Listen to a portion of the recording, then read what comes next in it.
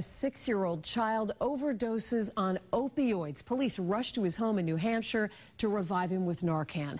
This boy is one of the youngest victims in a drug crisis. Tonight, there are a lot of questions about how that child got the drugs. WBZ's David Robichaud is live tonight in Manchester, New Hampshire with the latest. Roby? Liam, Manchester police are not saying who the boy was staying with or how exactly he was exposed to these drugs. Paramedics were called to 253 Conan Street at 6 o'clock yesterday morning, and they had to rush to save his life. A syringe of Narcan was still on the ground 24 hours after paramedics had to revive a boy at this Conan Street apartment.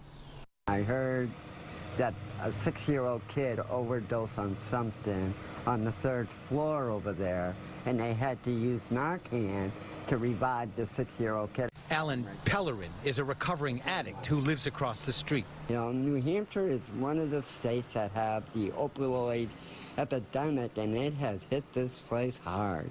I go downtown Manchester, downtown in the parks, and you see a lot of overdoses.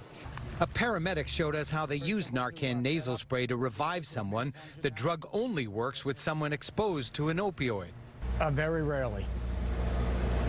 I mean, it's very rare that we see a child that is affected by an opioid. Manchester police would not say who the boy was staying with or how exactly he was exposed to some kind of opioid. It could be some sort of man-made product like an oxycodone, an OxyContin. It could be heroin, it could be carfentanil, fentanyl. It could be any number of opiates. Neighbors were angry to hear that a child could have lost his life in such a way. I mean, I know what happens in adults, but for a child to hear, it was like, really like, oh my God, like, be more, I guess, just be more aware of what you're doing. Like, you don't want your child to follow in your footsteps by any means.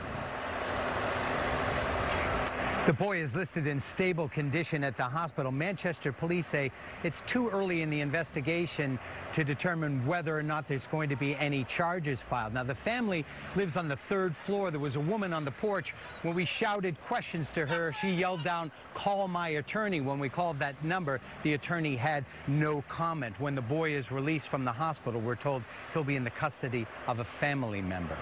Live in Manchester, I'm David Robichaud, WBZ News. Roby, thank you.